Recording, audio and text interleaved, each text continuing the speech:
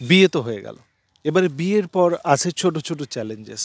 একটা নতুন জীবন যেটা আরম্ভ করছি আমি, সেই নতুন জীবনে নতুন রকমের কিছু এই রকমের অবজেক্টস এলো, যেগুলো এর আগে তো কখনো আসেনি। তো এই যে নতুন জিনিসগুলো এলো, সেগুলোকে আমি কিভাবে হ্যান্ডেল করব? সেগুলোকে দেখে এরকম লাগবে যে আর কি আমি এগুলোকে ঠিক মতো করে করতে পারবো, না এগুলোকে ঠিক করতে কত সময় লেগে যাবে? কিছু নতুন মানুষ এসেছে, তাদের সাথে সম্পর্কটা বজিয়ে রাখতে হবে। আর নতুন যে জেনারেশন রয়েছে, তার সবথেকে বড় চ্যালেঞ্জেস এটাই যে যাদের সাথে তারা থাকে, অনেক সময় তো যাদের সাথে রয়েছে, ফ্রেন্ডস, ফ্যামিলি, আশেপাশে যাদের সাথে আড্ডা দেয়, তাদের সাথে তো খুব সহজ হয়ে যায়। কিন্তু নতুন মানুষের সাথে সহজ হওয়ার সময় মনে বিভিন্ন রকমের প্রশ্ন আসে যে আমি যদি অনেক বেশি কমফোর্টেবল হয়ে গেলাম, আমি যদি নিজেরটাকে একটুও চেঞ্জ না করলাম, আগের মতোই থাকলাম, তো হয়তো আমার ব্যবহারগুলোকে ওরা ভালো ভাববে না, যারা নতুন মানুষ তারা ভালো ভাববে না। আর একটা নতুন জীবন আরম্ভ করার সময় এই রকমের চিন্তা ধারণা আসতেই পারে, সেটা একটা মেয়ে হোক বা ছেলে হোক। আজকে এই ভিডিওতে আমি বলবো, খুবই ইম্পর্টেন্ট ভিডিও হতে চলেছে। যারা এখনই বিয়ে করেছে, এই রিসেন্টলি বিয়ে করেছে, আর বিয়ে করার পর তারা নিজের ফ্যামিলিকে গুছোতে, নিজের ফ্যামিলিকে ভালো করে বানাতে একটু সমস্যা বোধ মনে করছে, তো চ্যালেঞ্জেসগুলোকে অপরচুনিটিতে কিভাবে চেঞ্জ করবে, কিভাবে এই রকমের জিনিসগুলোকে তৈরি করা হবে যেখানে তোমার যে অস্তিত্ব রয়েছে, তুমি যেরকম সেরকমই থাকবে, আর তাদের সাথেও সামঞ্জস্যটা ভালো হয়ে যাবে।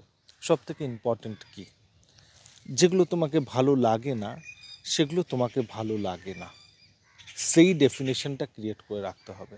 অনেক সময় হয় কি, যে এই যে ক্লিয়ার কাট একটা মনোভাব মানুষের মধ্যে, যে আমাকে যেগুলো ভালো লাগে না সেগুলো আমি ভালো দেখাতে আরম্ভ করব, যে না আমার কিছু মনে হয় না। এই রকমের মনোভাব, যে আমি যদি নিজের মনটাকে খুলে কারো কাছে রাখি, তো হয়তো সেই মানুষগুলো আমাকে ঠিক মতো করে আইডেন্টিফাই করবে না, ঠিক মতো করে এন্টারটেন করবে না, বা আমাকে অন্য রকমভাবে জাজ করবে। তো একটা নতুন সংসারে মানুষ আমাকে কিভাবে জাজ করছে, এটার থেকে সবথেকে বড় ইম্পর্ট্যান্ট এটা, যে তুমি আসলে কী রকম, তুমি কী রকম নিজেকে প্রেজেন্ট করছো। মানুষ তোমাকে সেইভাবেই জাজ করবে যেভাবে তুমি নিজেকে প্রেজেন্ট করবে তাদের সামনে, যেভাবে তুমি রাখবে। তুমি যদি একটা মুখোশ পরে সারাটা জীবন কাটাতে পছন্দ করো, তাহলে তুমি সব কিছু বদলে দাও। আর যদি তুমি যেটা আছো অরিজিনালি, সেই জিনিসটাকেই রাখতে চাও, এবং তুমি চাও যে তোমাকে সেই মানুষগুলো ভালোবাসুক যারা নতুন তোমার সাথে যুক্ত হয়েছে, তাহলে তোমাকেও অরিজিনালটা মেনটেন রাখতে হবে। এবার হ্যাঁ, এটা প্রশ্ন আসতে পারে যে আমার অরিজিনাল যে ভাব রয়েছে তার মধ্যে তো অনেক ড্রব্যাকস আছে, অনেক ভুল আছে, অনেক জিনিস আমাকে বদল করতে হবে। তো সেগুলোকে কি আমি বদল করব না? অবশ্যই বদল করব, কিন্তু সেটা নিজের স্বীকৃতিতে, যে হ্যাঁ এই জিনিসগুলো খারাপ, সেগুলোকে আমাকে বদল করতে হবে। অনেক সময় হয় কি, যে এই বদল করার ভাবনাটাকে তুমি নাও কী জন্য, যে তোমার জন্য আমি বদলে গেলাম, বা এই ফ্যামিলির জন্য আমি বদলে গেলাম, আমি নিজেকে ছেড়ে দিলাম, নিজেকে অন্য পথে নিয়ে গেলাম, কী জন্য, যে আমাকে তাদেরকে ভালো রাখতে হবে। আর পরে গিয়ে এই বিস্ফোরণটা ঘটে, আর 2 বছর 3 বছর পর বলে যে আমার তো এগুলো চাহিদা ছিল, ওগুলো চাহিদা ছিল, সব কিছু বাদ দিয়ে দিলাম শুধু এই ফ্যামিলিকে মেনটেন করার জন্য, আর আজকে এই ফ্যামিলি আমাকে ভালোবাসছে না।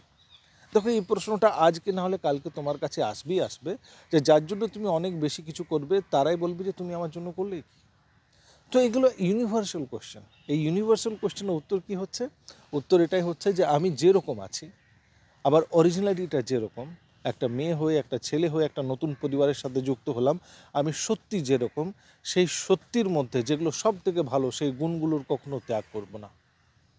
যে কোয়ালিটিগুলোকে নিয়ে আমি এত বড় হয়েছি, আজকে হঠাৎ কিছু মানুষ এসে যাওয়াতে সেই কোয়ালিটিগুলোকে চেঞ্জ করব না, সেই কোয়ালিটিগুলোর রিপ্লেসমেন্ট খুঁজব না।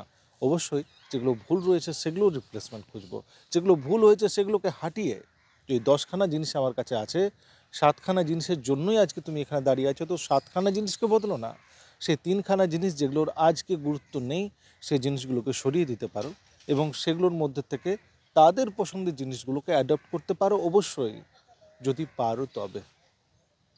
আশা করছি ভিডিওটার আসল উদ্দেশ্য তোমাকে বোঝাতে পারলাম, যে নিজেকে অনেক বেশি বদলে গিয়ে তুমি নতুন বিবাহিত সম্পর্কে অনেক কিছু অ্যাচিভ করতে পারবে না।